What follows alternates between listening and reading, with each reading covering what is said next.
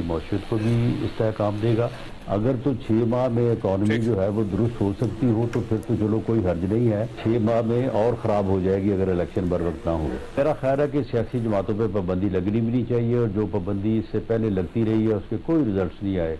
हमारा मुखालफ वोट एक ही था और वो था PTI का। हमारी यानी असेसमेंट के मुताबिक वो 3 हिस्सों में 4 हिस्सों में तकसीम हो रही है।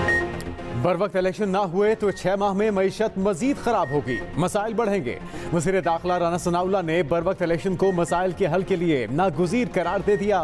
एक्सप्रेस न्यूज़ के प्रोग्राम कल तक में गुफ्तगू करते हुए कहा कि तहरीक इंसाफ समेत सियासी जमातों पर पाबंदी नहीं लगनी चाहिए। इलेक्शन ऐसे होने चाहिए नताइज सबको कबूल हों। चार्टर ऑफ इकॉनमी ज़रूरी है, मगर इलेक्शन के बाद PTM इंतखाबी इत्तेहाद नहीं, तमाम जमातें अपना अपना इलेक्शन लड़ेंगी। पंजाब में नवाज शरीफ का वोट है जो किसी और को नहीं जाएगा। PTI का वोट तकसीम होकर नून लीग, पीपल्स पार्टी और जहांगीर तरीन को जाएगा।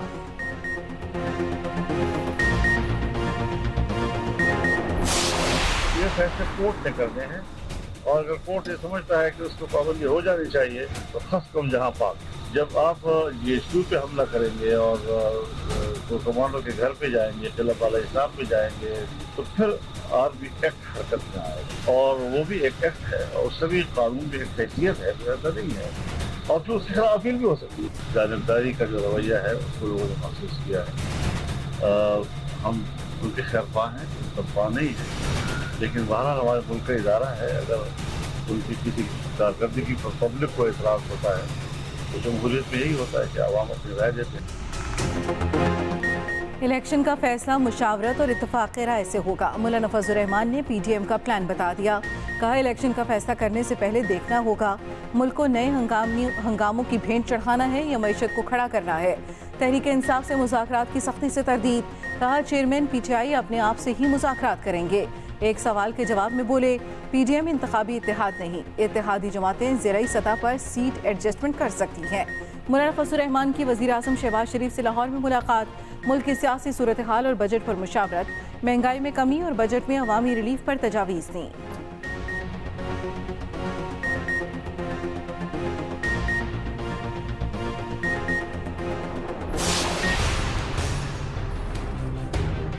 जिसने नवाज शरीफ की सियासत को खत्म करने का प्लान बनाया, मुस्लिम लीग नून तो नहीं टूटी, लेकिन वो जमात की आज किरचियां भी देखने को नहीं मिलती। किरची किरची हो गई।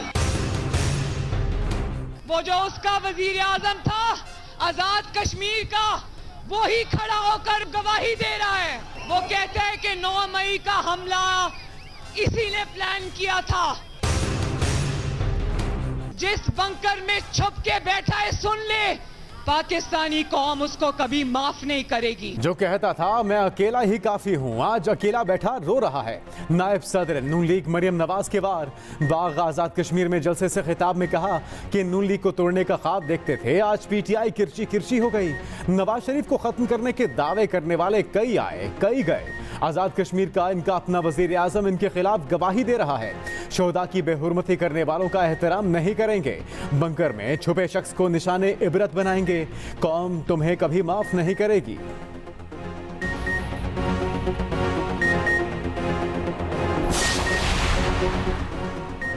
वफाकी हुकूमत ने एक साल में 14,900 अरब रुपए का रिकॉर्ड कर्जा लिया। स्टेट बैंक ने आदादोशुमार जारी कर दिए। मरकजी बैंक के मुताबिक वफाकी हुकूमत ने हर रोज़ औसतन 41 अरब रुपए का कर्ज लिया। एक साल में मजमूई मुल्की कर्ज का 34% कर्जा लिया गया। अप्रैल 2022 में मुल्क पर 43,000 अरब का मजमूई कर्जा था। अप्रैल 2023 में मजमूई कर्जों का हजम 58 अरब रुपए से जायद हो गया।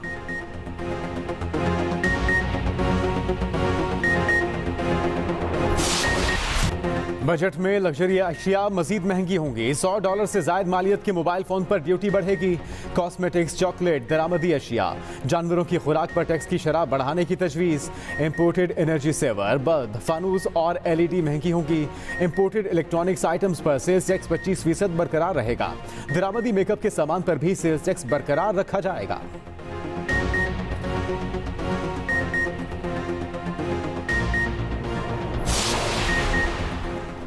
वज़ीर आज़म की बजट में मुतवस्सित तबके के लिए खुसूसी इक़दामात की हिदायत। बजट में रिलीफ से मुतालिक इजलास में शहबाज शरीफ ने कहा, गुज़श्ता हुकूमत में नौजवानों में नफरत और इंतशार फैलाया गया, डंडे और पेट्रोल बम थमाए गए। वज़ीर आज़म की पब्लिक सेक्टर डेवलपमेंट प्रोग्रामों के लिए इत्तेहादियों से मुशावरत।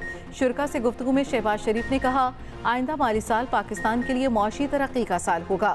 गुज़श्ता हुकूमत की मुआशी तबाही के बावजूद हुकूमत मुआशी इस्तेहकाम लाई।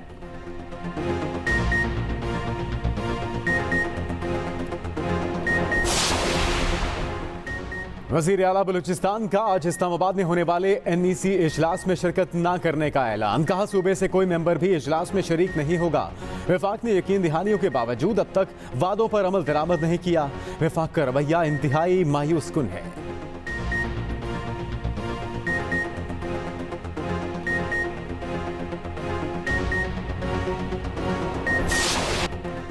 ओपन मार्केट में डॉलर फिर से बिफर गया। एक दिन में कीमत में 8 रुपए इजाफा, 308 रुपए पर बंद हुआ। इंटरबैंक में भी अमरीकी करेंसी की कदर में 52 पैसे इजाफा, 286 रुपए 19 पैसे पर बंद हुआ।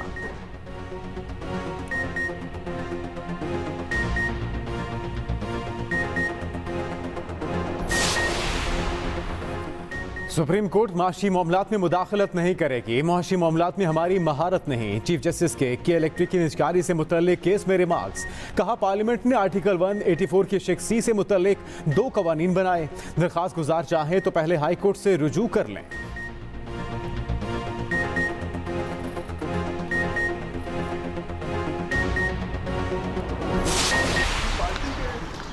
जहांगीर तरीन के साथ आप शाम आओगे पार्टी में? जहांगीर तरीन साहब से मेरा क्या था? कोई रब्ता किया उन्होंने आपसे अभी तक? कुछ भी। फवाद चौधरी साहब ने रब्ता किया? चौधरी साहब वक्तन फवक्तन जो है ना, आज मेरे 4 केसेस जो है ना आज बुक में। अच्छा, तो जहांगीर तरीन से कोई रब्ता हुआ? कोई नहीं। फवाद चौधरी से? नो सर, फवाद चौधरी तो पार्टी से लोगों को ले जा रहे हैं, आपसे कोई वो रब्ता नहीं कर रहे? असद उमर और असद कैसर की जहांगीर तरीन से राब्तों की तरदीद। असद उमर ने कहा, मेरा जहांगीर तरीन से क्या ताल्लुक, फवाद चौधरी से राब्ता है। फैसल वावडा किसके लिए काम करते हैं, नो आइडिया। अडियाला जेल से आए 7-8 दिन हो गए हैं, अदालतों के चक्कर लगा रखे हैं। इस्लामाबाद की डिस्ट्रिक्ट कोर्ट में गुफ्तगू करते हुए असद कैसर ने वाज़ेह किया, वो PTI में ही हैं, चेयरमैन PTI से भी राब्ते में है, संजीदा मुज़ाकरात के लिए तैयार हैं। पहले माहौल ठीक करें, फिर मुज़ाकरात हो सकते हैं। लाहौर हाई कोर्ट ने पंजाब हुकूमत से शाह महमूद कुरैशी के खिलाफ दर्ज मुकदमात की तफसीलात आज तलब कर लीं।